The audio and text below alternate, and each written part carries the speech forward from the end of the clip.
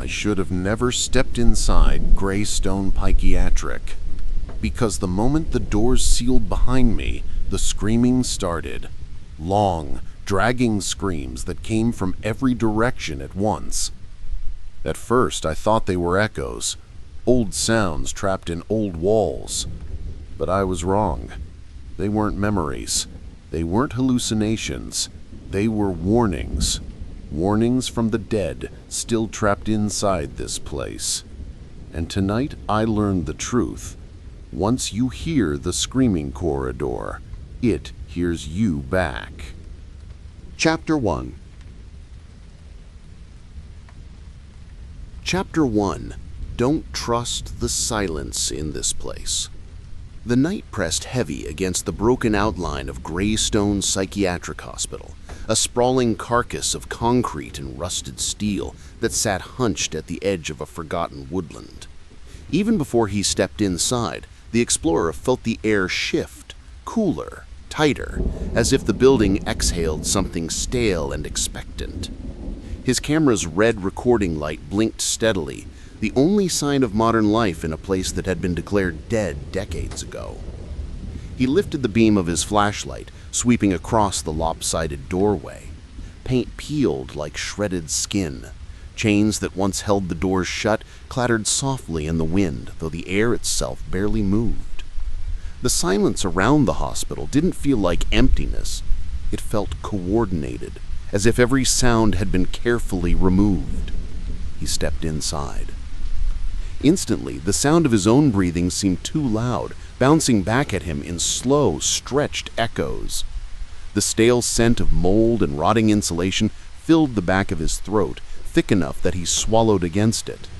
His boots crunched across shattered tile, each crack echoing far deeper than it should. He whispered, mostly for the camera. Creepy, but manageable. But even he didn't believe it. The silence wasn't empty. It was hiding something. His light swept over the entrance hall.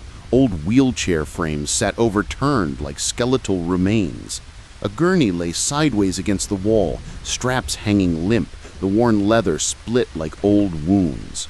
Long, symmetrical cracks ran along the ceiling, like veins spreading above him. Every abandoned hospital had a certain weight to it, but Greystone felt engineered to carry it. He knew the history. All explorers knew the stories. The overpacked wards, the experiments, the sound-carrying corridors that stretched for impossible lengths to maximize monitoring efficiency. Architects once bragged that a whisper in the East Wing could travel all the way to the West Wing. At the time, it was an impressive feat. Now, the effect was suffocating. He moved deeper. Dust puffed with each footstep. Cobwebs clung like thin wires across corners, trembling when he passed. The building seemed to swallow his light whole, forcing him to keep the beam narrow and controlled. Somewhere in the distance, something tapped. Once. Sharp. Metallic. He froze. The sound didn't repeat. Silence closed in again, thicker than before. The silence wasn't empty. It was hiding something. A hallway stretched ahead, a perfect throat of darkness framed by sagging fluorescent lights. His camera lens tried to autofocus, but the hallway seemed to resist clarity, flickering in and out as if the shadows themselves were adjusting. This place feels wrong, he muttered, narrating again, though his voice wavered with an edge he hadn't intended to reveal. Most asylums just feel old. This one feels like it's waiting.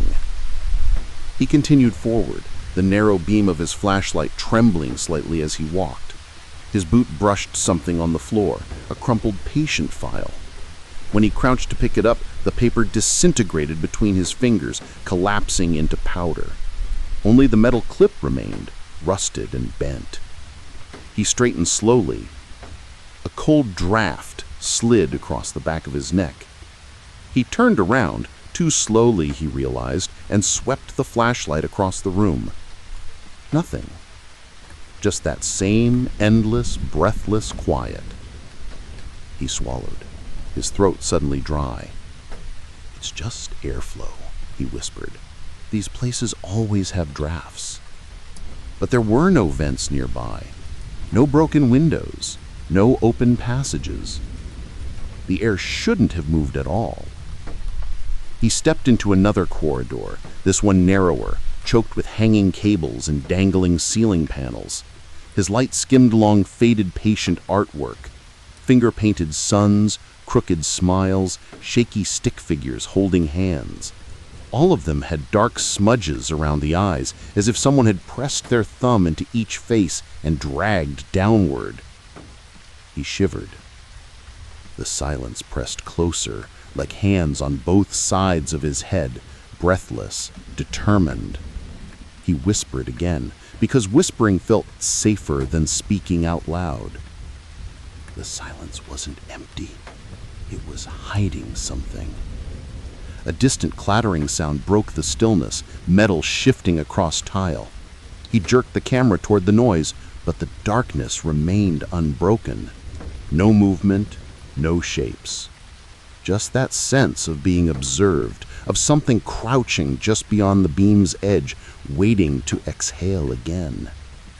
He took another step, and the floor groaned beneath him, a deep, resonant moan that echoed up the walls. It didn't sound structural. It sounded alive. He backed up quickly, his pulse thundering. The groan stretched, warped, faded. Then nothing. The silence rushed back in like a tide. He steadied his breathing and forced himself down the hall. The corridor opened into a larger room, a former common area. Rusted tables lay overturned, and a broken TV sat in the corner, its screen cracked like a spider web. All the balloons were painted black. He lifted the camera. This is different," he murmured. "Someone came back here after the place was shut down. Changed things, left things." The camera microphone picked up a faint hiss. He froze. Listened. Not a hiss. A breath. Soft. Slow. Not his. It came from behind him. He turned, too slowly, he realized, and swept the flashlight across the room. Nothing. But the air still vibrated with the ghost of that breath. The explorer stood perfectly still, heart hammering, the oppressive quiet cocooning him again until it felt almost intimate. And in that moment he knew, with a bone-deep certainty, the silence here wasn't dead. It was listening. And worse, it was waiting. Chapter 2. Chapter 2. The Corridor That Never Stops Screaming.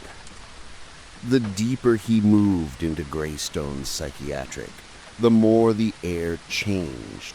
Not colder, worse, thicker, damp with a heaviness that clung to his lungs like invisible moss. He stopped transferring data for security. The silence he'd been battling since he entered began to stretch thin, as if the building were holding its breath for too long. His flashlight flickered, then steadied, yet he couldn't shake the feeling that the shadows were adjusting themselves around him, choosing their shape with intention. The corridor ahead was longer than any he'd walked so far, narrow, straight, a perfect spine of decaying tile and peeling wallpaper. The walls bowed inward slightly, not enough to see, just enough to feel. A warning disguised as architecture. He recorded softly, "This hallway wasn't on the old map."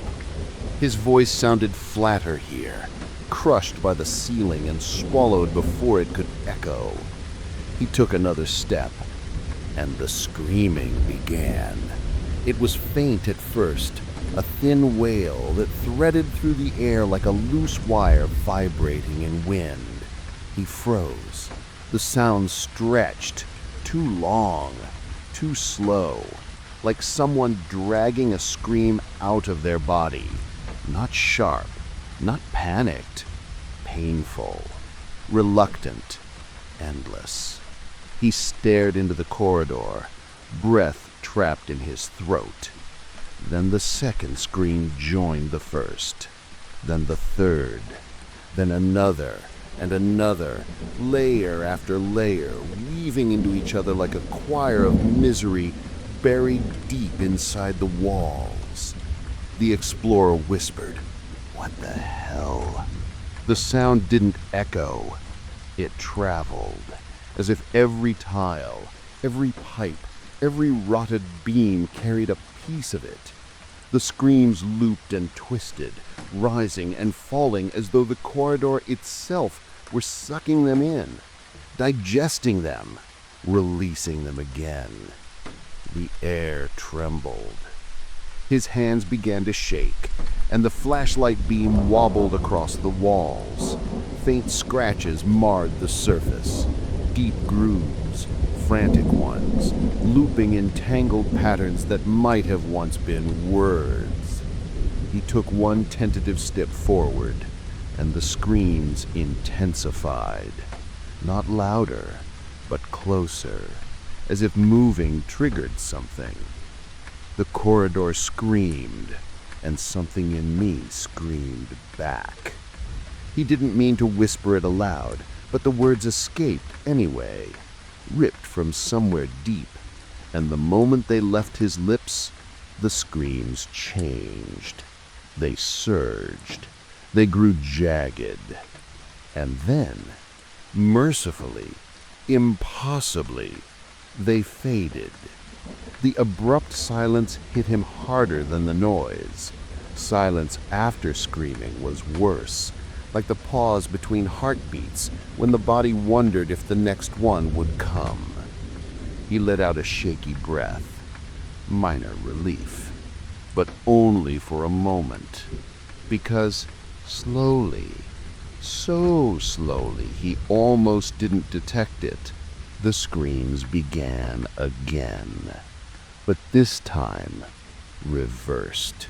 Not played backward, not distorted. Reversed directions. What once came from ahead now crept from behind him.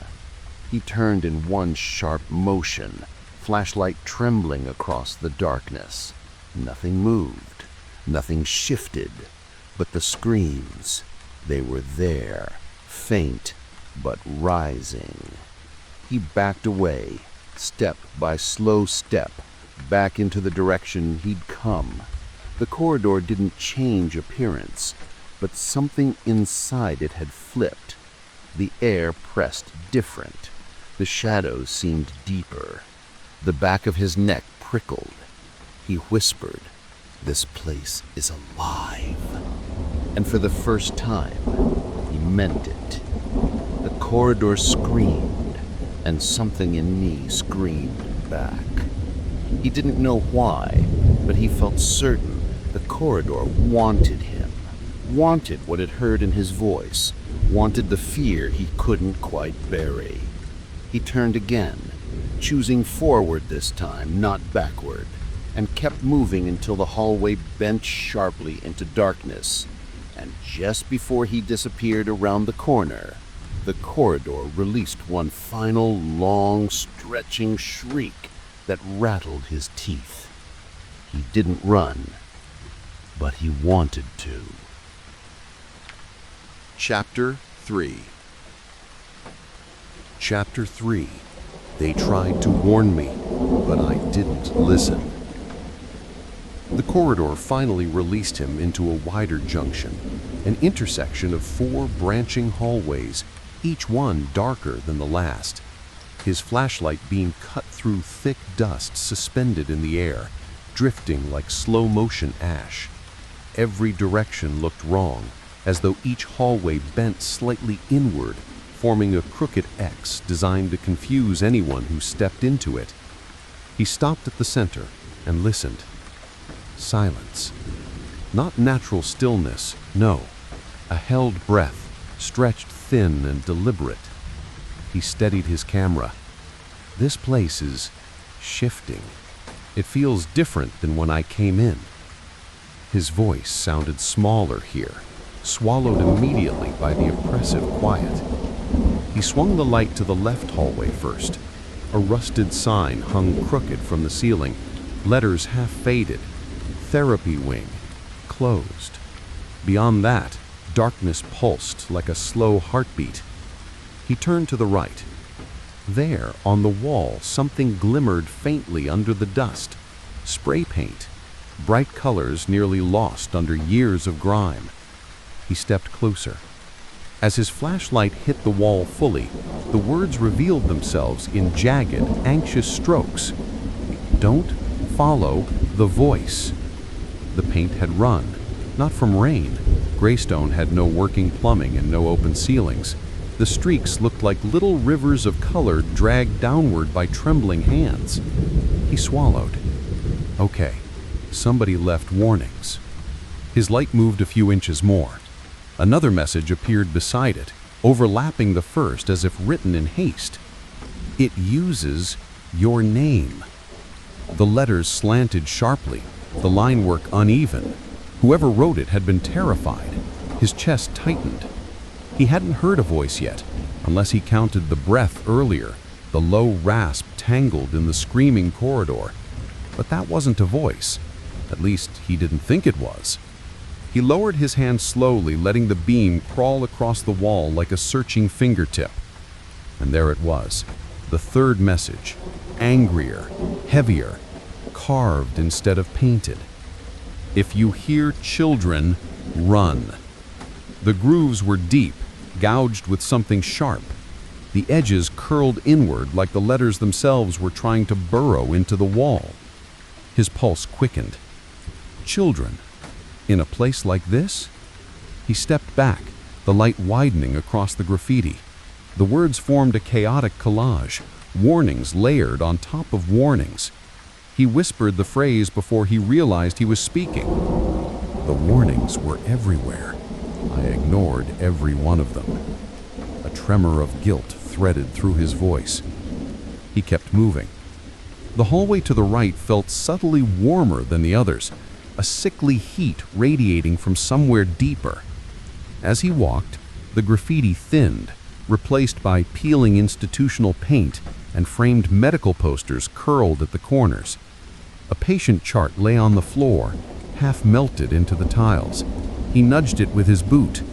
The ink had bled beyond recognition, leaving ghostly smears shaped vaguely like handprints. Then, a metallic thud behind him. He spun, light slicing through the dark. Nothing. Not even dust in the air. He steadied his breathing. Old buildings settle, metal bends, wood shifts. But he didn't believe it anymore. Not fully. He turned back to the hall and froze. The wall ahead had more writing. Fresh this time. Not old paint. Not weathered scratches. Fresh. Bright. Wet. The message dripped down the tile like blood, though the color was wrong. Too bright. Too alive. You shouldn't be here. He stepped backward instinctively, boots scraping against the floor. The writing glistened in his flashlight beam. It gleamed as though it hadn't been on the wall moments earlier. His throat tightened. That wasn't there before. He knew it wasn't. Something had written it in the time he turned around. Something silent. Something close. He whispered again, his voice trembling. The warnings were everywhere. I ignored every one of them. The silence pressed in harder, almost punitive. He forced himself forward, each step heavier than the last. The hallway narrowed slightly, funneling him towards a darkened nurse's station. A cracked plexiglass window separated the hallway from the small cubicle inside. Papers littered the desk.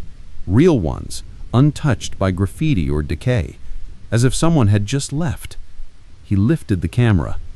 This looks recent. Too recent. He reached through the opening beneath the window and pulled one of the papers free. The edges were crisp, clean. A printed memo dated only a few years ago. All staff must vacate before nightfall. The incident has not been resolved. No signature, no details, just a stamped logo. Greystone Psychiatric, Incident Response. A cold tremor traced down his spine. Something had happened here after the shutdown. Something important enough that staff, official staff, were warned to leave before dark. He set the paper down and scanned the room deeper. Behind the desk, barely visible through the cracked glass, a shape sat slumped in a chair. He leaned in. No breath. No movement. Just a figure in a white coat, head hanging forward, hair obscuring the face. He stepped closer. The figure's shoulders twitched. Just once. He stumbled back so quickly he nearly dropped the flashlight. The figure didn't move again, didn't rise, didn't react. But that twitch, small, unnatural, was enough. He whispered, breath tight. The warnings were everywhere. I ignored every one of them. And as he backed away from the nurse's station, a soft, childlike giggle echoed somewhere far down the hall. He froze. The graffiti hadn't lied.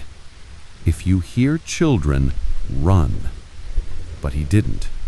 He turned toward the sound and walked deeper into the dark. Chapter 4. Chapter 4. The darkness here knows your name. The hallway narrowed the farther he followed the giggle, tightening like a throat, swallowing him step by step. His flashlight beam grew weaker, not flickering, just dimming, as if the air itself thickened around the light and drank it in. Shadows clung to the corners with unnatural sharpness, refusing to dissolve even when the beam passed over them. The giggle had stopped 5 minutes earlier, but he kept going. Something about the sudden stillness felt worse than the sound itself. He knew he should turn back. Every instinct begged him to, but the gravity of the place pulled at him. Curiosity, fear, obsession. He couldn't tell which force was leading him deeper. He walked slowly, letting the flashlight sweep across the peeling wallpaper. Each movement of the light seemed to make the shadows recoil, not away from him, but around him, sliding subtly out of view, like they were waiting for his back to turn. His breathing echoed softly in the narrow hall, rising and falling in unsteady waves. The microphone caught the faintest rasp of air behind him, but when he turned, there was only the long corridor he'd already crossed. Silent, empty, too still to be trustworthy. He whispered to himself, "This place watches." He didn't mean to say it aloud, but the words felt true the moment they left his lips. The hallway veered left without warning, revealing a small waiting area. 2 rusted metal chairs sat against the wall, their cushions shredded, foam spilling like exposed bone. The floor was littered with broken crayons in colors that didn't belong to a medical facility. Bright neon greens, electric blues, unearning shades too cheerful for the sterile gloom. He stepped carefully over a crayon, and the faint crunch under his boot echoed far too loudly. A breath drifted through the room, gentle, close. He froze. Then he heard it. Not noise, not a whisper of wind. A voice, soft, impossibly near, so close it brushed his ear. "Hey." The explorer spun, heart slamming into his ribs. The flashlight beam swung wildly, slicing across chairs, peeling paint and empty air. No one stood there. Nothing moved. His pulse thundered. "Hello?" His voice cracked. No one. No response. Just the oppressive stillness folding in again, sealing the whisper behind its weight. His fingers trembled on the flashlight. He lowered it slowly, turning back toward the hallway. Another whisper slid through the dark. "Hey." But this time, it wasn't saying, "Hey." This time, it said his name.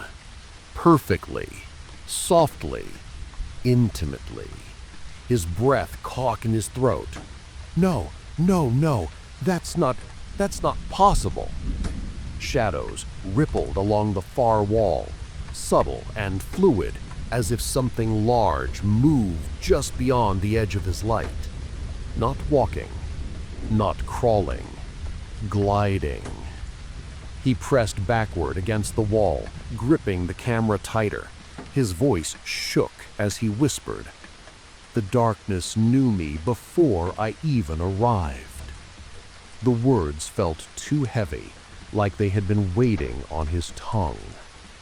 He steadied himself. "Shadow hallucinations happen," he muttered, trying to force logic into his tone. "Sensory deprivation, stress, old hospitals make your brain..."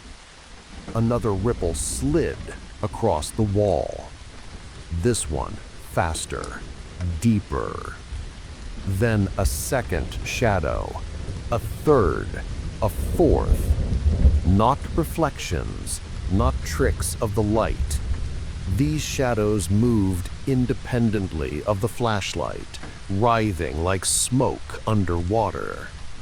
His heart hammered. His mind whirled in denial, but his gut knew the truth. Shadows didn't behave like that. Shadows didn't approach you. He stepped backward toward the hallway. All at once, the shadows froze. Every one of them, as if commanded. The explorer didn't breathe. A low hum vibrated in the air, so subtle it felt more like a pressure than a sound. Then, slowly, deliberately, the shadows began to rise.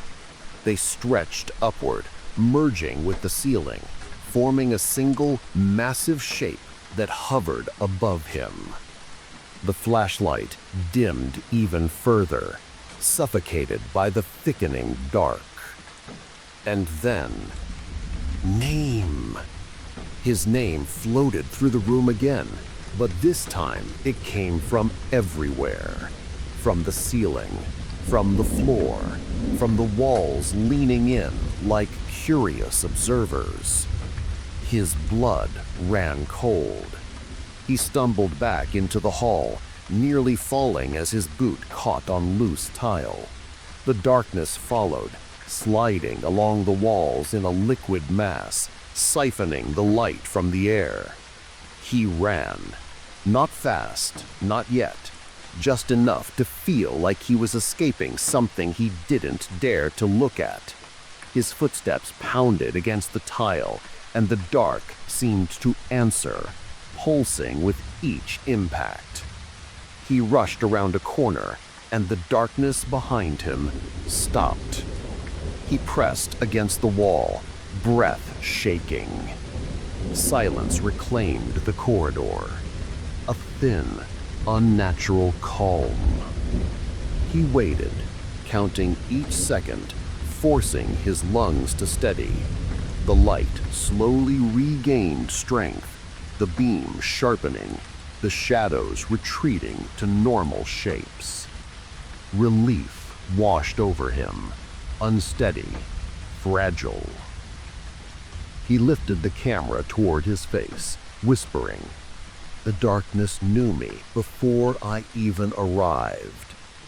And from deep inside the hall he just escaped, the whisper answered once more, low, pleased, hungry. Chapter 5. Chapter 5. What the dead showed me wasn't a vision. It was a threat. The corridor behind him stayed silent long enough for him to breathe again, but the silence didn't comfort him anymore. Not after hearing the darkness speak. He moved forward slowly, every muscle tight, senses sharpened. His flashlight dimmed at the edges, haloing the darkness instead of piercing it. Each step sounded muffled, as if the air thickened just enough to swallow the sound. He paused at a pair of broken double doors ahead, one hanging by a hinge, the other lying flat on the floor. The nameplate above them read, Ward C, Restricted. A cold breeze crawled out from the darkness inside, rushing along his arms like fingertips dragging over skin. He shivered, gripping the camera tighter. This wasn't part of the map. I don't think anyone's been in here for years. He stepped through. Inside lay a vast treatment hall. Rows of decaying beds pushed haphazardly toward the center, as if abandoned in a frenzy. Sheets still clung to the metal frames, stiff with age. Rusted stands leaned like wilted flowers, IV tubes tangled at their bases. His flashlight swept across the room and landed on a single bed, perfectly upright, as though waiting for a patient who never left. The sheets were unwrinkled, clean, white. His breath hitched. No way. He approached the bed slowly. Something about the air felt wrong here. Not just cold, but sour, like rotting antiseptic mixed with old blood. A chemical tang clung to his nostrils. Then, a sharp, stabbing sound, a metal snap, a burst of static in the camera speaker. His vision blurred. He blinked hard. The room warped. One blink later, everything shifted. The beds were no longer abandoned or rusted. The walls gleamed with fresh paint. The lights overhead blazed bright white. And the hall was filled with people. Doctors in white coats, nurses rushing between beds, patients strapped down, screaming into the air. He staggered backward, breath accelerating. He tried to rationalize. Flashbacks, hallucinations, sensory overload. But the sounds were too real, the light too sharp, the screams too human. He stumbled as a nurse pushed past him, not seeing him, not hearing him. He wasn't in the vision. He was inside it. Residual hauntings he remembered from paranormal research forums. Traumatic events imprinted on a location, replaying themselves forever. But this wasn't passive. This felt directed. His flashlight slipped from his grasp, clattering loudly onto the tile, but no one reacted. He stood alone in a storm he couldn't touch. A doctor barked orders. Patients thrashed against restraints. A woman sobbed uncontrollably in a corner, her voice cracking. Then he noticed the bed. The same bed that had been perfectly upright moments earlier. Now, in this memory, someone lay in it. A patient. Young. Strapped tightly to the frame. Their eyes were wide, unblinking, staring straight ahead. Sweat drenched their face. Their fingers twitched spasmodically. A doctor leaned over them with a metal device, archaic and brutal. Something between a clamp and an electrode cap. The explorer whispered, "Oh, God, electroshock." His voice didn't belong to this place, but something else did. The patient's eyes snapped toward him, directly, coldly, intentionally. He froze. They weren't supposed to see him. Residual hauntings didn't see the living. But this one did. The patient's lips parted. Blood trickled from their nose. A single whisper escaped their mouth. Run. Then the world shattered. A shriek tore through the hall, so loud, so violent it rattled inside his skull. The lights flickered, the walls stretched, screams layered into a distorted roar. He clamped his hands over his ears, but felt no relief. The sound was inside him. The patient jerked violently against the straps. The doctor's face twisted into something monstrous, jaw slackening, eyes widening too far, skin peeling into shadow. He stumbled backward, shouting for the hallucination to stop, for the vision to end, but the memory consumed him. The patient arched upward, spine snapping unnaturally, mouth opening in a silent scream. Then everything went black. Not darkness, absence. A void. He blinked, and in an instant, the hall returned to its decayed, abandoned state. Empty beds, broken equipment, silence. His flashlight lay at his feet. He snatched it up with shaking hands. The bed with the patient was empty again, but the sheets were no longer clean. They were soaked, dark, wet, dripping onto the tile. He stepped back, breath shallow. What the dead had showed me wasn't history. It was a threat. He whispered the truth aloud, voice trembling. It wasn't a memory. It was a warning. And the moment he said it, the bed creaked, just slightly, as though something had gotten up. He didn't wait to see what. He fled the room. But as he crossed the threshold, a faint whisper followed him, curling around his ears like cold breath. You saw it. Now it sees you. Chapter 6. Chapter 6. If you hear footsteps behind you, don't turn around. The hallway outside Ward C stretched long and narrow, like a vein running straight into the heart of the building. The explorer moved quickly at first, shaken, breath tight, desperate to put distance between himself and the room where the dead had reached through memory itself. But Greystone had a way of matching his pace. The deeper he walked, the more the air tightened again. The walls seemed to lean inward just slightly, their faded paint flaking like dry skin. His flashlight beam trembled, not from any fault with the device, but from the tremor in his hand he could no longer hide. The silence felt wrong. Too wrong. Not a waiting silence, not a hiding silence. A listening silence. He tried to ignore the sensation creeping along his spine, but every instinct in his body screamed at him to slow down. He did. His footsteps echoed softly. Once. Twice. Then, a third step.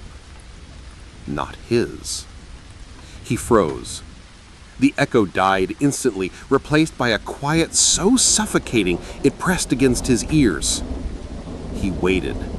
1 second. 2. 3. A single step landed behind him. Soft. Measured. Human. His heart punched upward into his throat. He didn't turn around. Every piece of graffiti he'd seen, every whisper, every warning told him not to. He forced a breath. No, this is mimicry. Old buildings bounce sound. Distortion. This is just distortion. But his voice shook too badly for the lie to convince even himself. He took a step forward. A second footstep fell behind him. Perfectly timed. He took another. Another answered. Slow, heavy, matching him exactly, like something learning the rhythm of his movement. He swallowed hard. Stalker ghosts, he remembered reading once. Phantom footsteps reported in abandoned psychiatric institutions, entities that mirrored human movement. Some believed they were echoes of past patients. Others claimed something darker, that the building itself created hunters out of the silence. He didn't believe in ghosts then. But now? 2 more steps. His nerves twitched with each one. Something walked when I walked. He whispered the phrase before he realized he'd spoken it out loud. His legs trembled as he forced himself to keep going. The corridor seemed to stretch endlessly, the floor bending slightly upward like he was climbing towards something unseen. His boots tapped lightly on the tile. Tap, tap. Behind him, tap, tap. Not delayed, not distorted, synchronized. He tried speeding up. The entity matched him. He slowed. It slowed. He stopped. And whatever followed him stopped with a suddenness that made his skin crawl. He didn't breathe. He didn't blink. He waited. For 5 long seconds, nothing moved. Then, tap. Just 1 step. Close.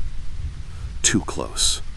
His arms prickled with cold electricity. He wanted to turn around so badly. Every survival instinct screamed at him to see what was behind him, but something deeper, something primal, warned him not to. He forced himself to move again, each step unsteady. The corridor tightened ahead, walls narrowing like they were guiding him forward.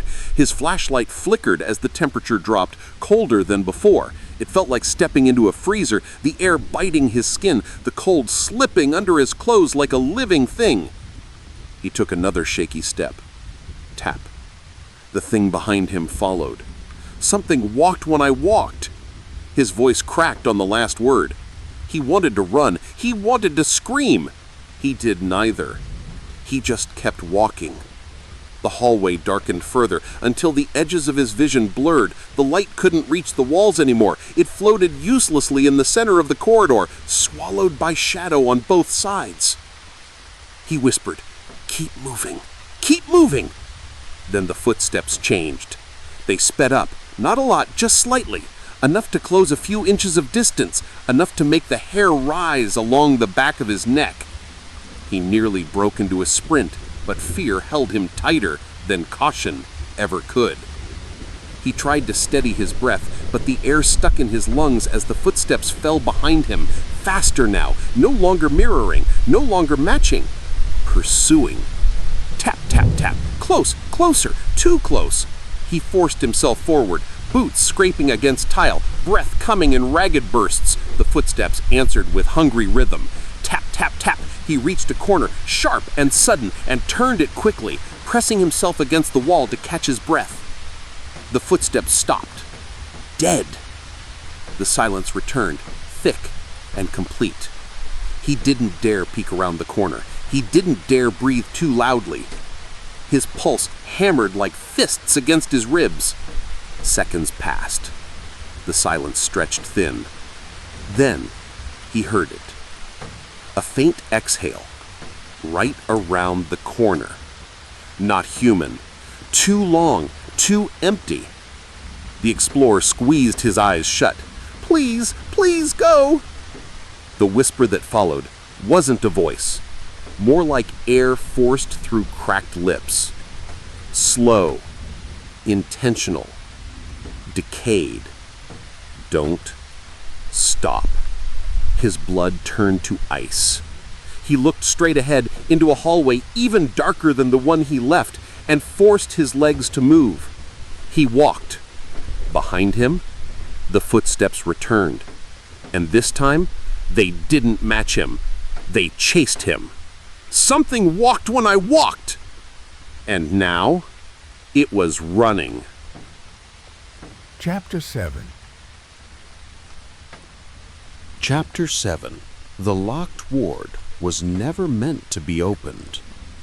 He ran until his legs burned, until the pounding footsteps behind him faded back into the endless dark. When the hallway widened again, he stopped only because his body couldn't carry him farther.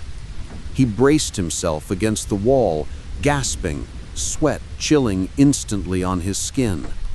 Silence reclaimed the corridor. a terrible kind of silence, heavy with judgment. He pushed away from the wall and let his flashlight sweep across the space. This section of Greystone was different, cleaner, wider. The ceiling arched higher, the lights, though dead, were intact and evenly spaced. A sign hung overhead, dangling slightly on one chain. Ward D, restricted access. His chest tightened. Restricted, like Ward C, but worse. Much worse. He stepped forward. The tile beneath his feet changed. The cracks were deeper, the color darker, stained by something time hadn't managed to erase. The smell here was different too, less rot, more metal, sharp, bitter. A smell he'd only encountered once before, on the equipment in old surgical rooms. He whispered, "This place wasn't abandoned, it was contained." He raised his camera, and then his beam landed on a strange shape ahead, something blocking the end of the hall.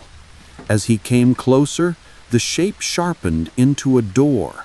Not a normal hospital door, not even a reinforced one. This door had been welded shut. Thick seams of warped metal sealed every edge. Heavy bolts pinned the hinges down. The frame itself bowed inward from the incredible force used to secure it. He raised the camera again. This wasn't meant to be opened again. But something had tried. Deep, violent claw marks raked across the metal. They gouged into the door's surface so deeply the grooves reflected his light like polished bone. Some marks dragged downward in long, frantic strokes. Others spiraled, as if whatever was inside had been twisting, thrashing, fighting the inevitable. He swallowed hard. Animals didn't do this. Human nails can't cut metal. Tools don't leave patterns like this. He didn't finish the thought. He didn't need to. He stepped closer, drawn by a mix of dread and fascination. The texture of the claw marks looked almost fresh, not shiny, but somehow too crisp, too defined to be decades old. He lowered his ear to the cold metal. At first, he heard nothing but his own breath. Then, knock. Just once. A soft, barely there tapping from the other side. He stumbled backward, flashlight shaking wildly in his grip. No, no, no. Another knock. Deliberate, measured, patient, like someone who had waited a long time for an answer. His pulse hammered. This is impossible. There's no one alive in there. There can't be. But the knocking came again. This time, softer, almost gentle. He clenched his jaw. Logic tried to form a defense. Old pipes, settling metal, temperature shifts, but none of those explanations fit the rhythm. This wasn't random. This was communication. His breath fogged the air in front of him as he whispered, "Some doors stay closed for a reason." The phrase echoed in his own mind, heavy with dread he couldn't shake. He moved the flashlight upward, tracing the welded edges. Whoever sealed this door had wanted to make sure nothing inside could escape, but the claw marks, the dents, the cracks, they told another story. Whatever was in there had tried. He stepped closer again, slowly, carefully, and raised the camera to focus on one specific scratch near eye level. Unlike the others, this one wasn't chaotic. It formed a shape, a single letter, carved with agonizing precision. H. He leaned closer. Another letter just beneath it. E. His breath caught. His skin prickled. The scratches continued downward. L. P. A plea burned into metal. His voice broke. Someone scratched help. The final letter trailed off into a long, jagged tear, as if the hand creating it had been yanked away mid-carve. Then the knocking returned. Not soft this time. Hard. Violent. Rhythmic. Bang, bang, bang. The door shuddered under the force. Dust rained from the ceiling. The floor vibrated. Something behind that door was slamming against it with a strength that no human, living or dead, should possess. He backed away fast. I need to go. I need to... The door let out a long, agonizing groan, metal warping slightly outward. Not enough to break, just enough to move, as if it could. His flashlight flickered. The banging stopped abruptly. Silence swallowed the hallway. But the stillness wasn't relief. It was worse. It was listening. The explorer stood frozen as a faint sound drifted through the welded seam, and a broken sob, so broken but unmistakable in its meaning. Please. He turned and ran.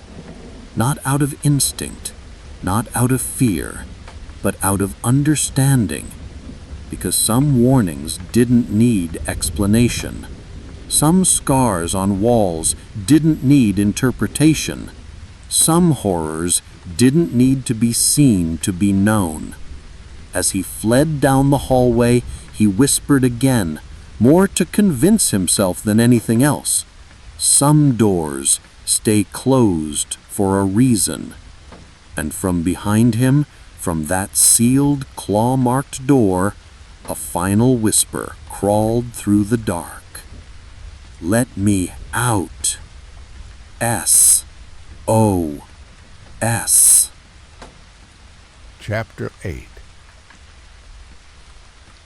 Chapter 8. The ones who stayed behind aren't human anymore. He didn't stop running until the hallway widened into another wing, one he hadn't seen on the map, one that felt wrong the moment he crossed the threshold. His footsteps slowed, his breathing ragged, the shadows around him shifting with predatory patience. Ward D had shaken him, but this place studied him. The air was colder here, frigid in a way that clung to his clothing, sinking deep into his bones. The smell had changed again, too. Not mold, not metal, something else. Something like wet cloth and old breath. He lifted the flashlight, its beam trembling across walls smeared with handprints. Not bloody, not painted, just darkened patches, hundreds of them, pressed into the walls as though countless hands had braced against them, pushing, dragging, clawing for escape. He whispered, "This wasn't a ward. It was a holding pen." The camera picked up a faint hum, a vibration, low, continuous, almost like something breathing within the walls. He shuddered. This place feels alive. His light drifted across the hallway until it landed on an open room to the right. Its doorframe was wider, arched strangely, as if warped by heat or pressure. The interior was pitch black, far darker than the hall, as if the room had its own gravity pulling light inward. He stepped closer, drawn despite every instinct screaming at him to keep moving.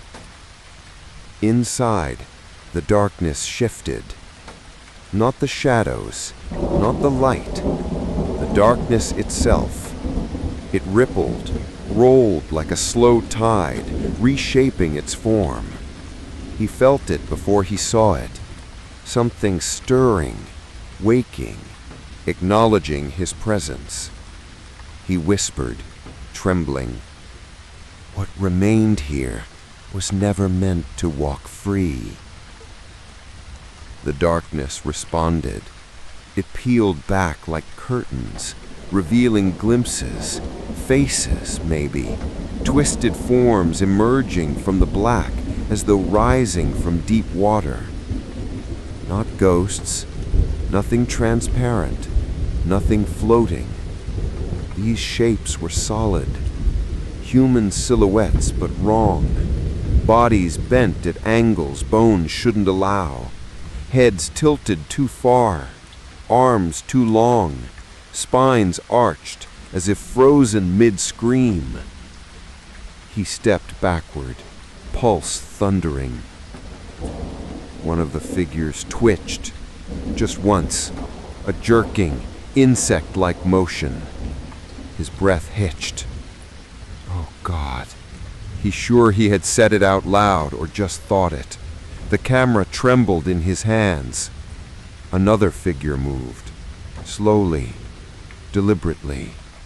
Two pale eyes opened in the dark, too wide, too reflective, catching the beam of his flashlight like an animal's.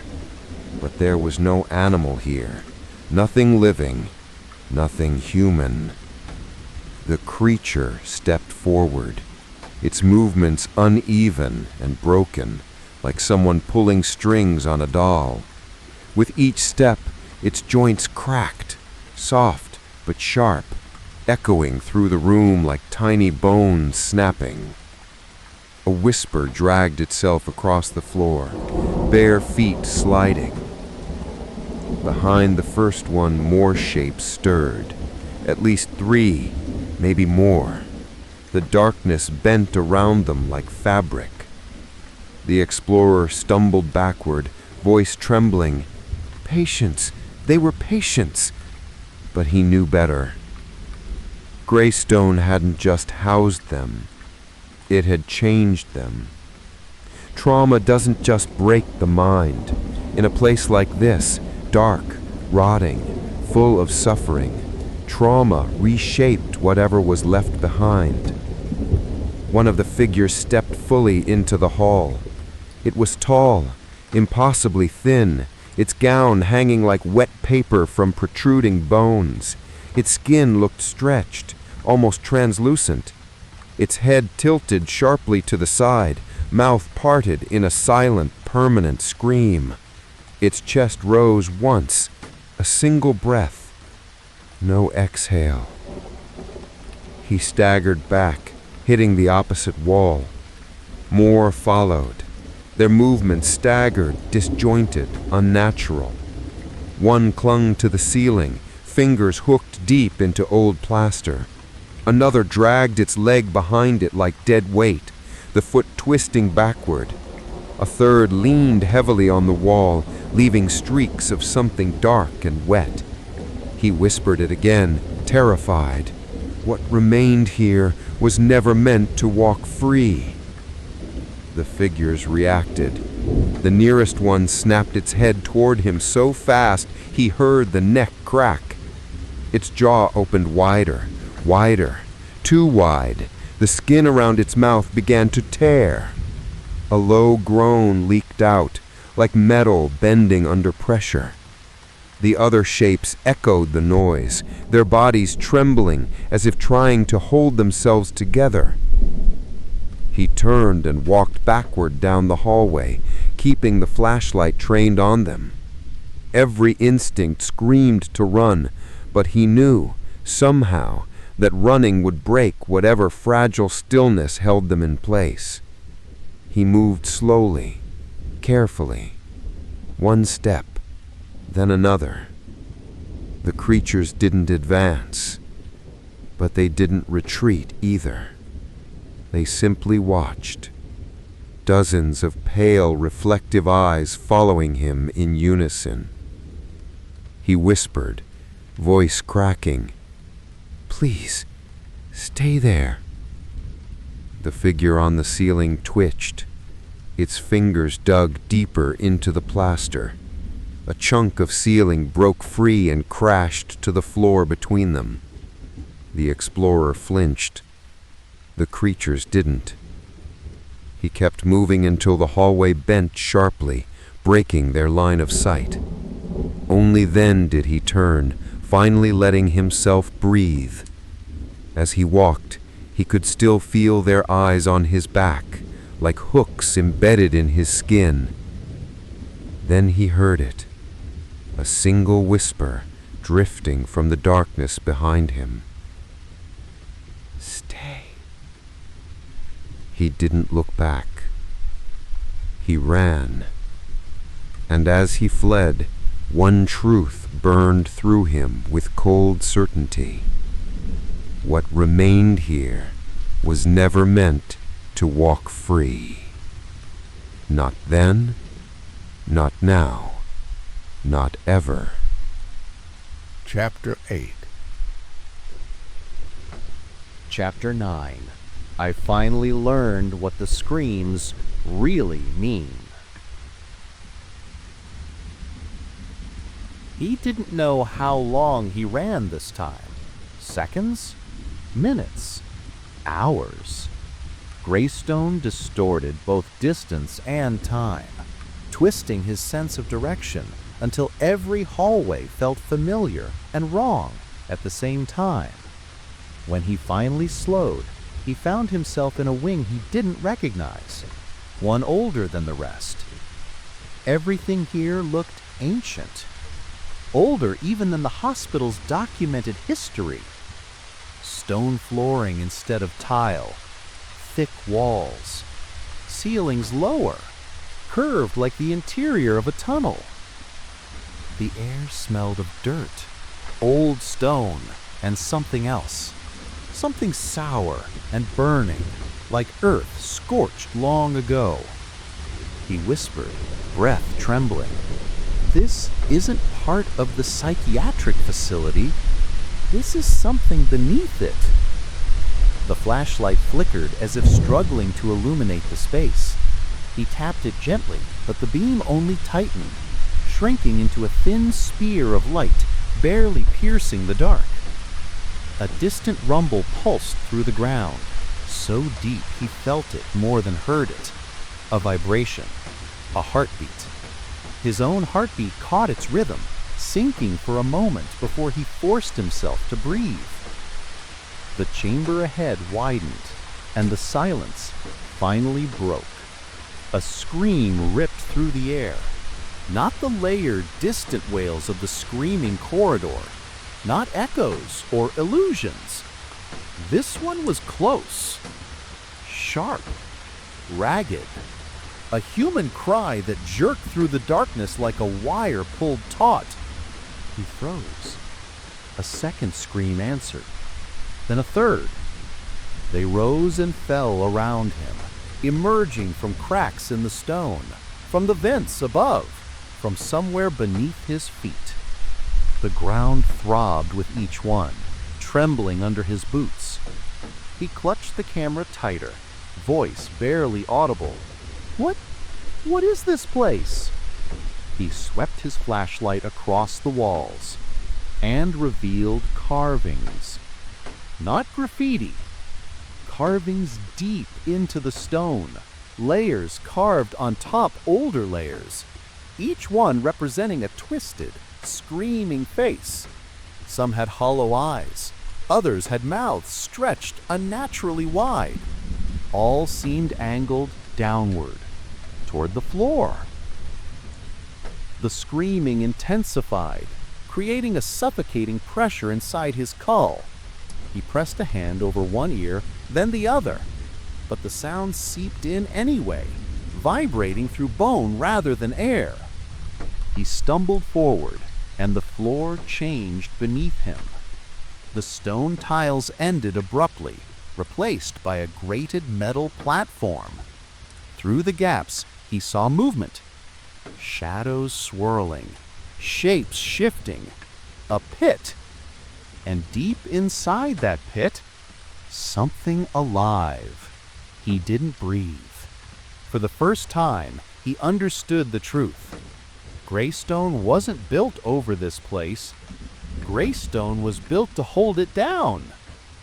The screams erupted again, now so loud that they shook the walls, peeling flakes of dust and stone from the ceiling. He backed away, one hand gripping the rail at the edge of the pit. The shadows below churned, coiling around each other in impossible shapes. Not bodies, not creatures. Something collective. A mass of darkness and sound. Something imprisoned. His chest tightened as he recognized the pattern of the wailing. Not random, not chaotic. They rose in rhythm. They pulsed like signals. Warnings. He whispered, breath trembling. They're not screaming in pain. Another scream joined the rest, this one louder, clearer, twisting through the chamber like a violent wave. He stumbled as the truth slammed into him. They're screaming to keep people away. He backed into the far wall, eyes wide, pulse crashing through his veins. The screams weren't for them, they were for me. The words clawed out of him before he could stop them. And the moment he said them out loud, the mass inside the pit shifted violently. A massive shape, indistinct, fluid, yet horrifyingly deliberate, rose beneath the grate, forming a silhouette beneath his feet. A single eye, shaped like a tear in the darkness itself, opened and stared straight up at him. The breath left his lungs. The ground quivered again. A deep, booming sound echoed from below. A voice, if it could be called that, rumbled up through the metal. It didn't speak in words. It didn't need to. The meaning poured straight into his mind, thick and cold. You heard them. You kept coming. You opened the way. He staggered away from the pit, but the shadows below followed his movement, rising closer to the grate. The screaming intensified, becoming frantic, desperate. Not the entity's scream, theirs. The ones trapped in the stone, the ones carved into the walls, the ones who'd been warning him since the moment he stepped into the hospital. He wasn't supposed to find this place. No one was. He whispered again, voice shaking, breaking. The screams weren't for them, they were for me. A blast of air shot up through the grate, cold, foul, ancient. He shielded his face, stumbling backward.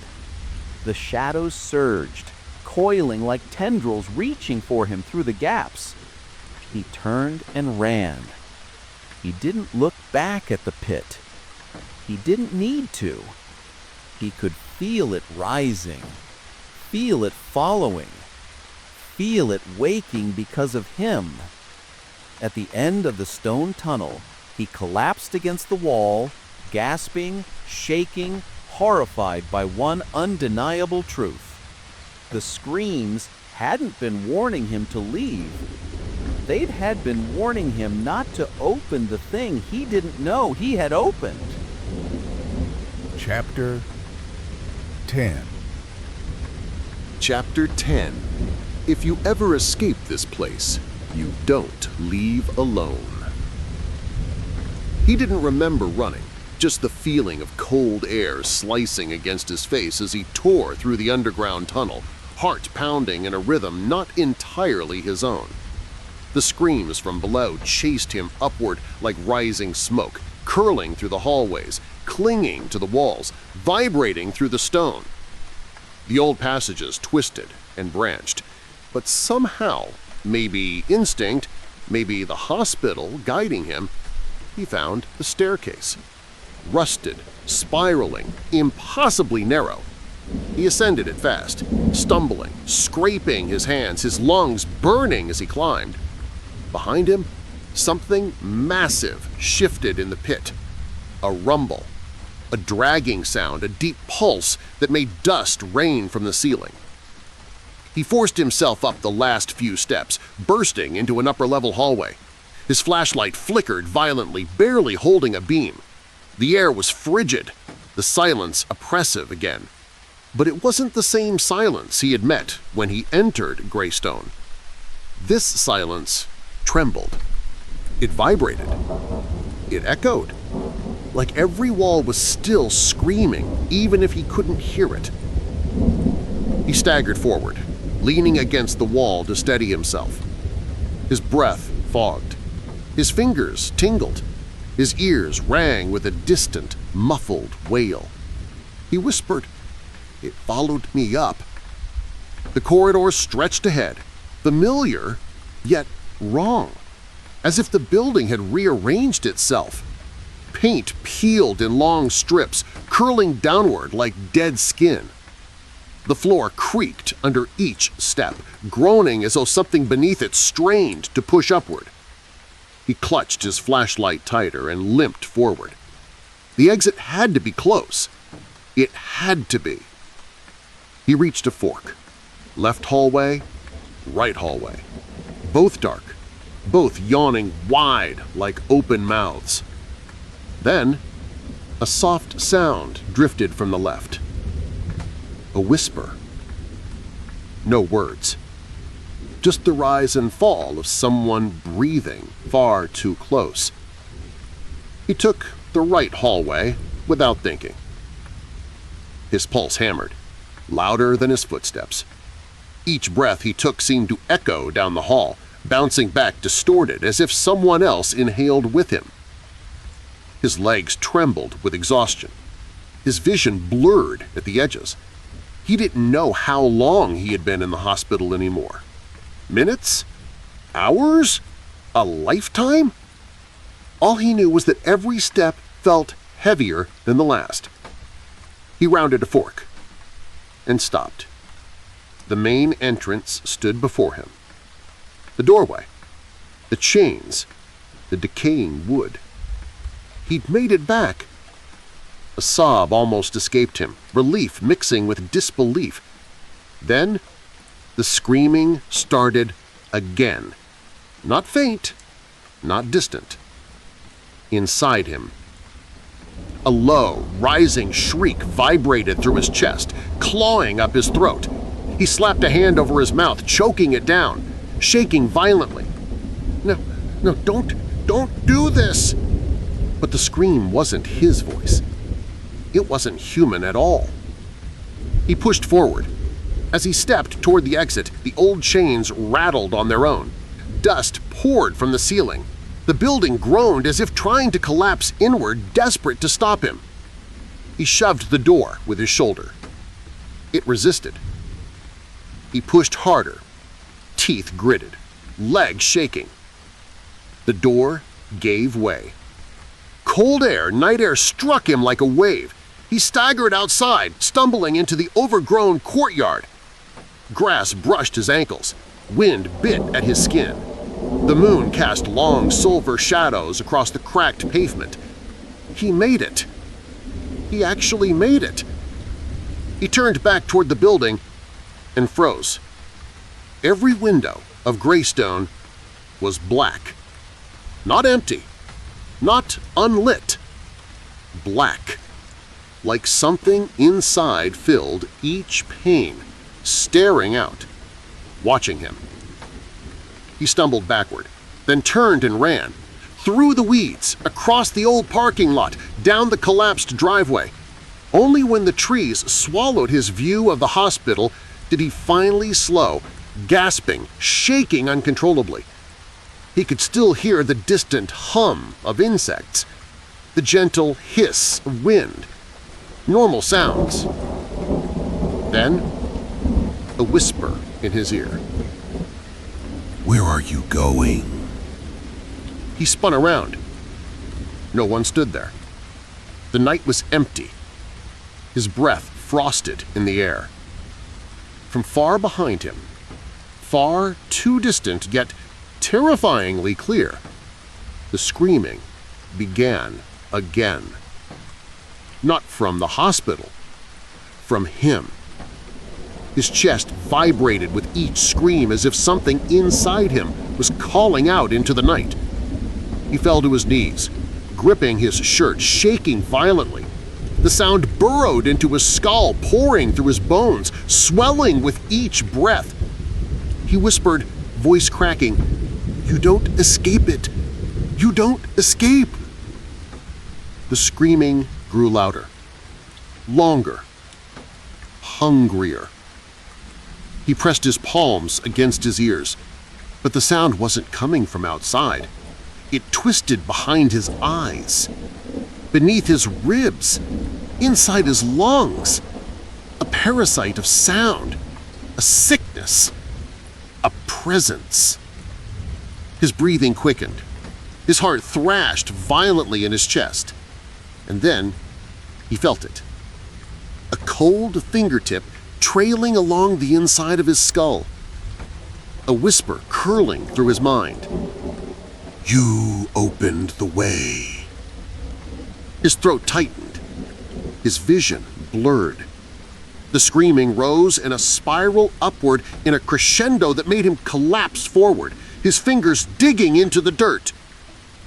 He whispered the truth with the last breath he could find. "You don't escape the screaming. You carry it."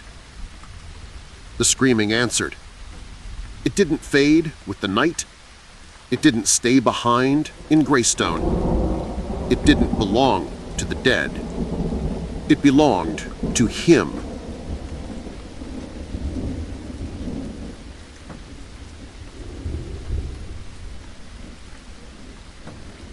I made it out of Greystone Psychiatric, but the screams didn't stay behind. They whisper through vents, echo through hallways, crawl under doors. Every night they get closer. Every night they sound more like they're calling my name. And now I understand what the dead were trying to tell me from the moment I stepped into that corridor. Greystone doesn't trap bodies. It traps voices. It traps memories.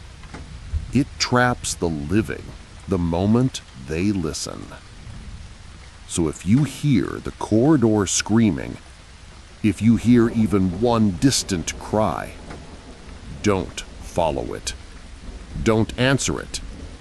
Don't try to prove it's not real. Because once the corridor hears you, it never lets you go. And if you think you're safe tonight, prove it. Turn off the lights and listen.